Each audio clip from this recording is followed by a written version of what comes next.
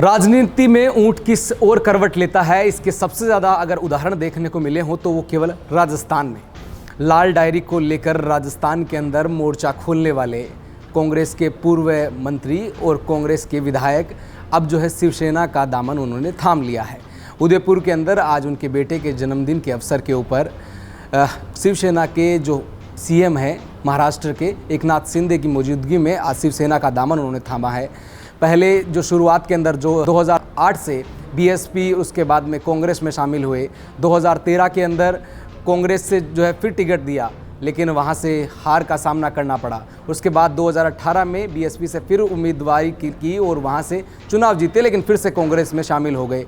2023 में अपने ही सरकार के खिलाफ मोर्चा खोला और अब जो है शिवसेना में शामिल हो गए हैं। लाल डायरी का चर्चा आपने देश भर में सुना होगा क्योंकि राजनीति के अंदर शायद वो सबसे अहम मुद्दा और सबसे गर्म विषय जो आज के दिन है वो केवल लाल डायरी है, जिसको लेकर बीजेपी लगातार निशाने साधती आ रही है कांग्रेस के ऊपर। लेकिन अब जो है वो मंत्री पूर्व है जो अब हो गए हैं वो शिवसेना में शामिल हो गए हैं क्योंकि लगातार देखने को मिला किस प्रकार से बीजेपी के भी जो बड़े नेता राजस्थान के दौरे पर रहे तो उन्होंने सीधा सीधा लाल डायरी के ऊपर निशाना साधा। शायद अब जो है इसके ऊपर अब निशानेबाजी है वो कम हो जाएगी।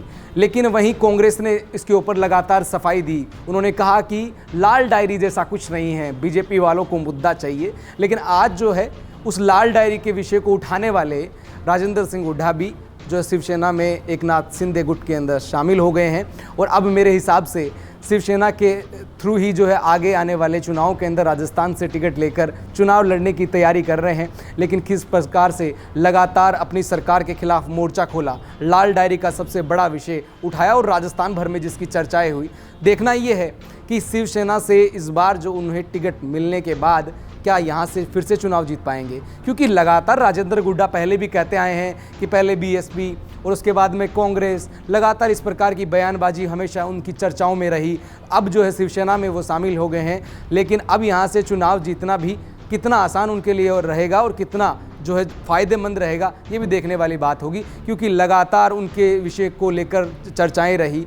सीएम गहलोत ने उनको इस बयान के ऊपर साफ कर दिया था कि लाल डायरी जैसा कुछ है ही नहीं है। कांग्रेस के बड़े आलाकमान नेताओं ने भी इस बात को लेकर साफ कर दिया था कि इस प्रकार का कोई विषय नहीं है। लेकिन वही मंत्री अब जो शिवसेना में शामिल हुए हैं तो ये शायद बीजेपी की ओर से अब इसके ऊपर बयानबाजी थम जाएगी। लेकिन साथ के अंदर उन्होंने ये भी कहा है कि लाल डायरी का विषय अभी जो है थमा नहीं है।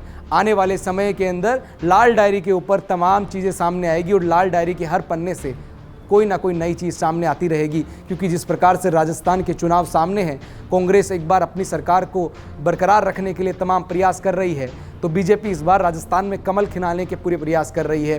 पूरी कोशिश है कि राजस्थान में इस बार जो है कमल फिर से खिलेगा, क्योंकि लगातार प्रयास कर रही है बीजेपी, परिवर्तन यात्राएं निकाल रही है, मुख्यमंत्री लगातार दौरे कर रहे हैं, आए दिन योजनाओं की घोषणा कर रहे हैं। तो कहीं ना कहीं इस बार पूरी उम्मीद है, कांग्रेस कोशिश कर रही है कि रिपीट हो जाए सरकार, पूरी कोशिश कर रहे हैं। उनकी जो अंदरूनी कलह थी वो भी अब देखने को नहीं मिल रही है। लेकिन ये जो बगावती का रुख है वो कोई नया नहीं है। इन्हीं के जो पूर्व डिप्टी सीएम हैं सचिन पायलट, उन्होंने भी बगावत की थी 25 सितंबर को 2022 के अंदर, तो वो देखने को मिली। उसके बाद में हालांकि उस समय भी जो है राजेंद्र सिंह हुड्डा है वो सचिन पायलट का सहयोग करते हुए नजर आए और आज भी उनके लिए लगातार सहयोग करते हुए नजर आते हैं। देखना ये है कि राजस्थान के अंदर जिस प्रकार से ये बदलाव आया है, राजनीति का अहम बदलाव जिसे कहा जा सकता है, जिस प्रकार से जो है अपनी पार्टी को अब एकनाथ शिंदे ने की मौजूदगी के अंदर राजेंद्र सिंह हुड्डा ने बदला है, उससे क्या जो है जनता एक्सेप्ट करेगी। क्योंकि जिस प्रकार से आए दिन बदलाव होते हैं, क्योंकि हर बार कहीं ना कहीं बदलाव करके जीत के लिए राजेंद्र सिंह हुड्डा भागते हुए नजर आते हैं, तो अब इसके अंदर कितनी दावेदारी पेश करेंगे और साथ के अंदर दावेदारी पेश करते भी हैं तो जीत मिलेगी या नहीं मिली, बड़ा सवाल ये है।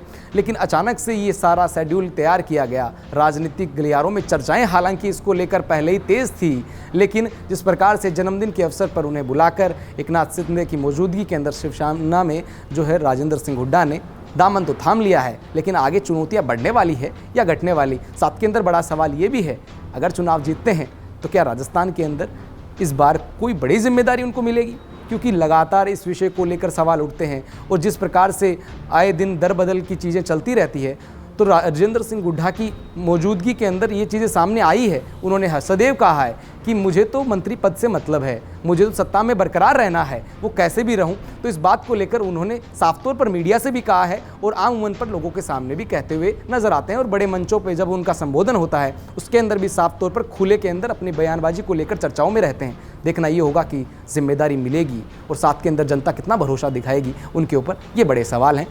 तमाम खबरों के लिए देखते रहिए नवतेज टीवी। देश और दुनिया की हर बड़ी खबर के लिए सब्सक्राइब करें नवतेज टीवी और पल पल के अपडेट्स के लिए बेल आइकन को दबाना ना भूलें, क्योंकि आपकी खबरों का भरोसेमंद साथी है नवतेज टीवी।